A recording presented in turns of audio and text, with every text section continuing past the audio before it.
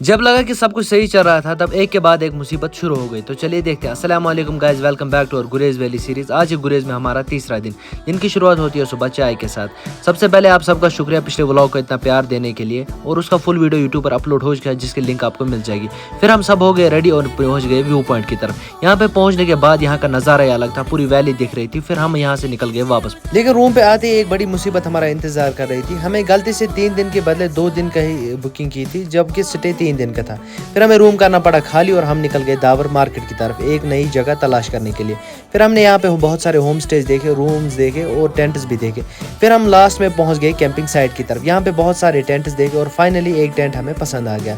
फिर हम निकल गए अपने रूम की तरफ वापस बैग्स वगैरह लाने के लिए। पहुँचे रूम पे की पैकिंग वगैरह और निकल गए वापस कैंपिंग साइट की तरफ। कैंपिंग साइट पे पहुँचने के बाद डाले हमने बैग्स वगैरह और हम निकल गए हब्बा खातून स्प्रिंग की तरफ। फिर यहाँ पे पहुँचने के बाद यहाँ पे एक वाटरफॉल भी था, यहाँ पे भी बहुत इंजॉय किया और इसी के साथ निकल गए हम स्प्रिंग की तरफ। यहाँ पे पानी बहुत ठंडा था, बहुत मज़ा था यहाँ पे। और फाइनली हम निकल गए वापस कैंपिंग साइट की तरफ। फिर वापस पहुँचते ही हम बैठने लगे एक ब्रिज पे। यहाँ पे थोड़ा सा टाइम रेस्ट किया और यह है ट्रेडिशनल घर गुरेज के। फिर बहुत टाइम रेस्ट करने के बाद हम निकल गए कैंपिंग साइट की तरफ वापस। ये था यहाँ के मार्केट का व्यू और ये है यहाँ की दुकानें। फिर यहाँ से निकलने के बाद ली हमने चीज़ें वगैरह और पहुँचे सीधा कैंपिंग साइट पे। कैंपिंग साइट पे अपना खाना तैयार किया और आधे भाई चले गए ऊपर यहाँ ऑफ रोडिंग करने के लिए।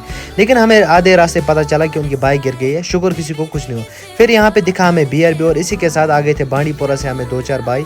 फिर फाइनली आज का व्लॉग किया यहीं पे ख़त्म।